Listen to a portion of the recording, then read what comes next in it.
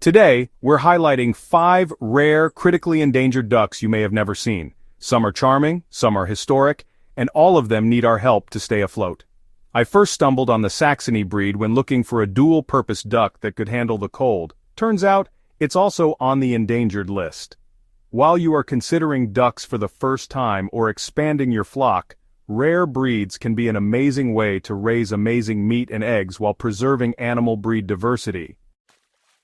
Did you know that some duck breeds are closer to extinction than wild animals? These aren't just rare, they're living history. Each critically endangered duck carries unique genetics, traits, and stories that commercial breeds have lost. Once they're gone, we can't get them back.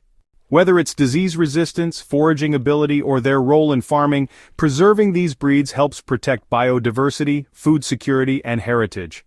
Many breeds have been brought back to life by just a few enthusiasts or individuals. Backyard duck keepers like you could be the difference between survival and extinction. Don't let the name fool you. The Australian spotted duck was actually developed in the United States in the 1920s. A breeder named John Kreiner crossed mallards, call ducks, and possibly even wild pintails to create this colorful, compact little duck. The result? A petite, spotted bird with serious backyard charm. These ducks are strikingly beautiful and come in 3 color varieties: greenhead, bluehead, and silver. They're small, usually under 3 pounds, but carry themselves like little showpieces. While not officially recognized by the American Poultry Association, but they are acknowledged as a breed by the Livestock Conservancy, they've got a devoted fan base among heritage duck enthusiasts. What makes the Australian spotted so appealing, besides its speckled plumage, is its sweet nature. They're known to be calm, friendly, and relatively easy to handle. They do well in smaller flocks and are great for families with kids or anyone looking to add personality to their backyard setup. Despite their charm, they've fallen off the radar. Why? They're too small for commercial meat production and don't lay as prolifically as khaki Campbells or Pekins. If you watch this channel, you know we are a fan of the khaki Campbell, but it doesn't mean there isn't space for the slightly less prolific duck as well. But for the small homesteader who wants variety and a touch of rarity, they're a gem. Fun fact: the Australian name may have been a marketing gimmick to make the breed seem exotic. They've never actually come from Australia. If ducks had royalty, the Aylesbury would wear the crown. Originating in the Vale of Aylesbury in England in the 18th century, this breed became the standard for quality table duck.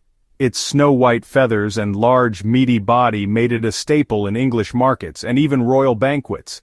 At its peak, Aylesbury ducks were raised by the thousands, but over the last century they've fallen from grace. Why? Mainly because the fast-growing Pekin duck from Asia took over the meat market.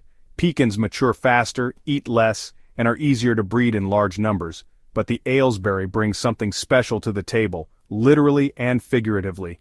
They're quieter than many ducks, making them good neighbors. They have a broad breast and a slightly pink bill that distinguishes them from Pekins. Their meat is known to be flavorful, tender, and prized by chefs who still seek it out. Fun fact: in the 1800s, entire English families made their living by breeding Aylesbury ducks in backyard pens, feeding them mashed peas to fatten them up before walking them, 30 miles to market in London. If you're looking for quirky and historic, the Dutch Hookbill is a top contender. This is one of the oldest domesticated duck breeds in the world, with records tracing it back over 400 years in the Netherlands. Its most striking feature? The distinctive downward curving bill that gives the breed its name. These ducks were once prized for egg production, especially by Dutch farmers who let them free range in the canals and fields. The hooked bill made it easy to identify them at a glance, a simple, clever way to tell them apart from wild ducks when it came time to gather the flock. Hookbills are great foragers, calm in temperament, and still excellent layers. Some produce over 150 eggs per year. Their unique appearance, however, has been a double-edged sword. While charming to heritage keepers, their unusual look made them less appealing to commercial markets. Today, only a few breeders in the US and Europe maintain flocks. It's estimated that there are fewer than a few hundred left globally. Fun fact: the Dutch Hookbill's bill isn't just for looks. Historically, it may have been selected to prevent crossbreeding with wild mallards who prefer straight-billed mates. The magpie duck is just as striking as the bird it's named after, and a personal favorite of ours. Developed in the UK in the early 1900s, this breed features crisp white plumage with black or blue markings, most notably a dark cap on the head and a saddle-like patch on the back. Magpies are lightweight, active, and among the better dual-purpose heritage ducks. They lay a decent number of eggs, about 200 a year, and also have flavorful meat. But their real charm is their elegant appearance and busybody energy. They love to forage and stay on the move, making them fun to watch in the backyard. So why are they endangered? Mostly because they've been overshadowed by more commercially viable breeds that grow faster or lay more consistently. And like many older breeds, they require breeders who care about preserving genetics, not just production stats. Fun fact, magpies often change color slightly as they age, so ducklings that hatch with dark markings may fade to blue or gray over time. Elegant and underrated, the Saxony duck hails from Germany. Created in the 1930s by breeder Albert Franz, this large, beautifully colored duck was bred for both meat and eggs. Unfortunately, World War II decimated the original Saxony lines, and the breed was nearly lost.